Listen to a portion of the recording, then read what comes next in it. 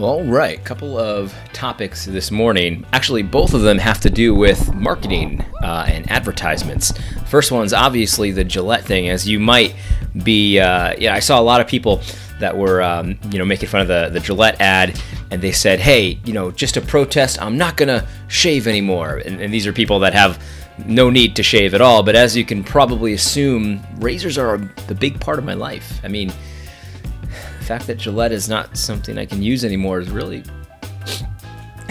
Anyway, no, I thought the Gillette ad wasn't actually that terrible in and of itself, but I'm starting to learn how to apply some of this speech act theory. It's not really what the words say. It's really more about what the words do. No, but here's the thing. I think a lot of people were offended by this. I was not offended by this ad. I thought it was a stupid ad. Don't get me wrong. I don't think it's a good business move to make an ad like this, but it wasn't terrible. I mean, what it actually said was that men can behave well. I mean, this is not shocking. This is not something that we've learned recently or things like that. You hear people on Twitter and stuff. We need to teach our boys not to rape. I mean, like, do you honestly think most men are just like telling their sons, like, hey, guess what, son? I mean, if you just want it, you just take it. Nobody's doing that. My goodness gracious, people don't rape because they weren't taught not to rape. People rape because they don't have any fear of God. That's why they rape. They have no fear of God, and they just do whatever the heck they want to do. That's why they do this kind of stuff. I mean, by the way, that's the same reason that women do bad stuff as well. It's not because of toxic femininity. It's not because of anything like that. It's because they don't care about what God says, and they just want to do whatever they want to do. So I thought it was a stupid advertisement. If you don't understand why people are upset about it, by the way, I mean, you should really do a little bit more self-reflection.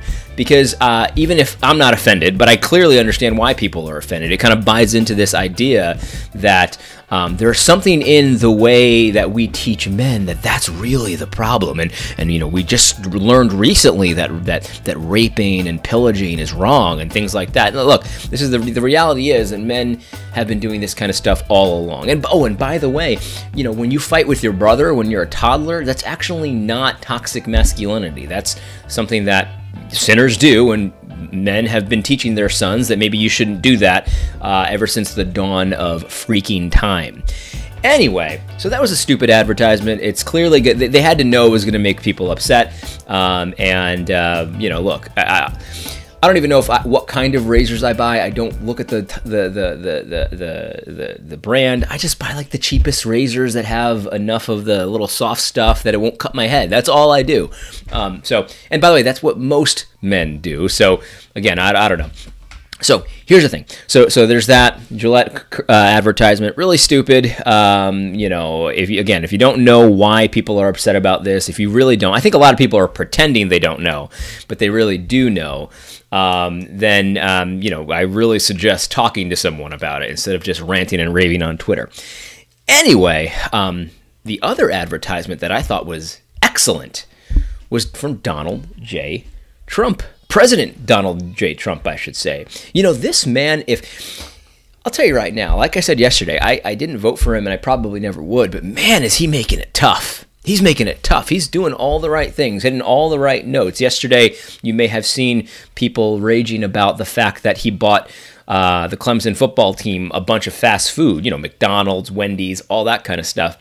And saying how that, I don't know really what the complaints were. Who cares? Clemson Tigers, and they had a fantastic game against Alabama, and they're all here. They're right outside the room, and I think we're going to let you see them, but I'll bet you as much food as we have pizzas, we have 300 hamburgers, many French fries, all of our favorite foods. I want to see what's here when we leave, because I don't think it's going to be much.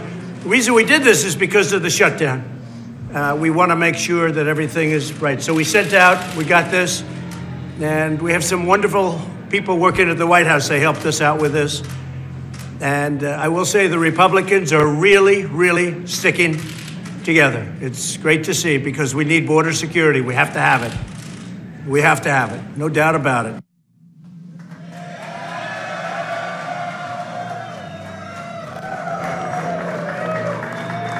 So I had a choice. Do we have no food for you because we have a shutdown?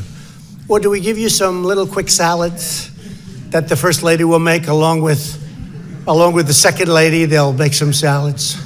And I said, you guys aren't into salads. Or do I go out, Lindsey Graham and Tim Scott, do I go out and send out for about 1,000 hamburgers, Big Macs? So we actually did. We bought 1,000. Burger King, all American companies. Burger King, Wendy's, and McDonald's. We have Big Macs, we have quarter pounders with cheese, we have everything that I like, that you like. And I know no matter what we did, there's nothing you can have that's better than that, right? I got to tell you right now, that makes me want to vote for him. I'm serious. I'm not even really joking. At least not all the way joking. This man is he's a genius. I mean, in many ways, he's a genius. So that move was fantastic, and I think a lot of liberals don't get it. Why do people like this move? Why is buying, $3,000 worth of McDonald's for a football team? Why is that something that people like? Why did he do it? People don't understand. And I think this is why liberals are completely out of touch with reality. Because Barack Obama, he ate arugula salads. You know what I mean? And Trump is over here eating French fries and Big Macs, and they don't understand that. So here's the thing. When you're on high and you're in your hoity-toity little fantasy universe, like a lot of liberals are, they're in their fantasy universe. You don't get this move. Now, he could not have done anything more American than what he did, more pro-capitalism than what he did. Because when you think about it, the Big Mac is a miracle of capitalism. And I'm serious. A Big Mac is a miracle of capitalism.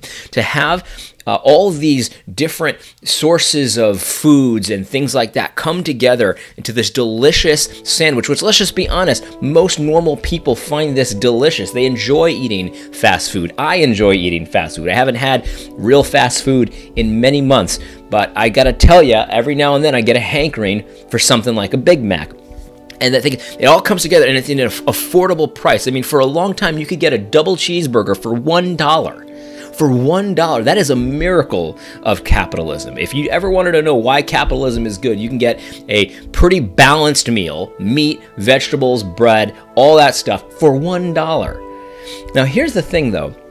Because common people are the people who eat McDonald's and Wendy's and Burger King and things like that. Everyday people like you and me.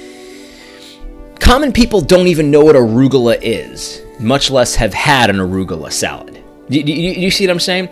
And so if you don't understand why people would consider a fast food feast a little bit of a treat, then you don't understand why Trump is popular. And I don't care if you understand why Trump is popular. In fact, I would prefer you not find out so you don't emulate it. But the reality is that he's 100% right. People like eating this kind of food. Normal people, everyday folks like you and me. This is a treat for them. And you know what? Poor people like eating this kind of food. This is a treat for poor people sometimes, and you have, you can even if you don't have a lot of money, you can afford a double cheeseburger, a side of fries, and things like that. And to be honest, that when he set it all up there, he had mountains of Big Macs and Wendy's and things like that, French fries, tons of fries. That was a classic line, tons of fries. When you do that kind of stuff, that appeals to people. That's actually looks like a good time to a lot of people. And you might think that's sad, you might have pity on them. Well, and the reality is, if that's you who's thinking that, oh, that's really pathetic that a bunch of poor people want to eat Big Mac, you know what? That's why you're going to lose in 2020 as well, because you're just completely out of touch with what common folk like to do. And here's the reality.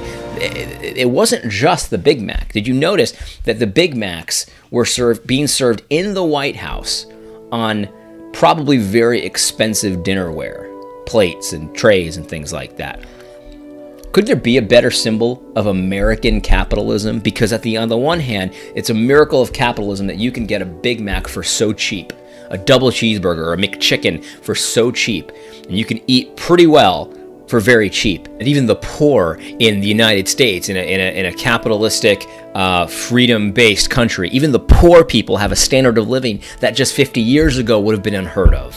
I mean, that's an amazing feature of capitalism. You look to, communistic and socialistic countries, and they don't have that same situation. Many of the people that we might consider lower class or poor or middle class actually have higher standards of living than many of the people that would be higher class in some of those areas. But at the same time, capitalism also leads for, if you're successful, to have the kind of luxuries like that, like those plates and things like that. I mean, if you don't think that was an intentional image that Donald Trump and his team was trying to put forward, then you don't understand what this is all about. You do not get the genius of Donald Trump. And, again, he's exactly right. We all love to eat this food. When he said that, what he meant was common people, Americans like to eat this food. This is an American thing. And he's 100% right. Americans love to eat fast food. Whether or not that's a smart decision, whether or not that's healthy or not, that's not the point. The point is he's tapping into something that Americans love, common people love, and people like that kind of thing. I like that kind of thing. Because I'll tell you right now, I couldn't imagine in a million years some of these hoity-toity analysts and things like that doing something like that for people, spending $3,000 on fast food for a team that he knew was going to enjoy it, and they did enjoy it. All while, and this is why I call it an advertisement, all while insisting that we have to have border security. That was an advertisement, and I got to be honest with you, it was an effective advertisement. Look, this is just a normal guy doing normal guy things, and he's a rich guy as well. I mean, not many of us could spend $3,000 trying to feed, of our own money, trying to feed a football team. All while he's saying, look, this isn't that crazy. All we need is border security. We have to have it. We have to have it. It just sounds so normal when he says it. Whether or not you agree with his border security, that was an effective advertisement yesterday. Oh yeah, you're going to shut down the government. Well, guess what? I don't take a salary from the government. I will pay my own way. And by the way, let's have border security and we can end this shutdown right now. Anyway, I hope this is helpful. God bless.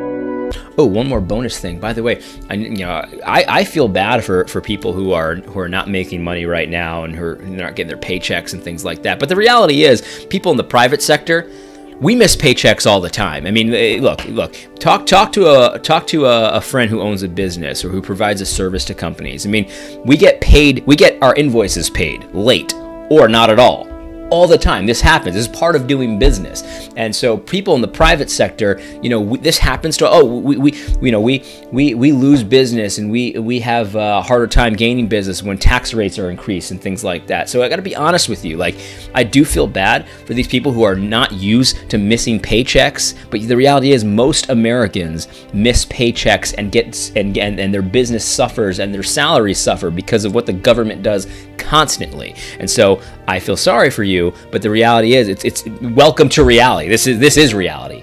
I would suggest probably finding a better job, a different job where you're not relying on the government, which is going to be, look, the government cannot pay its own way for very much longer. So I would suggest making plans now, because this kind of thing is going to happen more and more and more. Anyway, that was just a free piece of advice.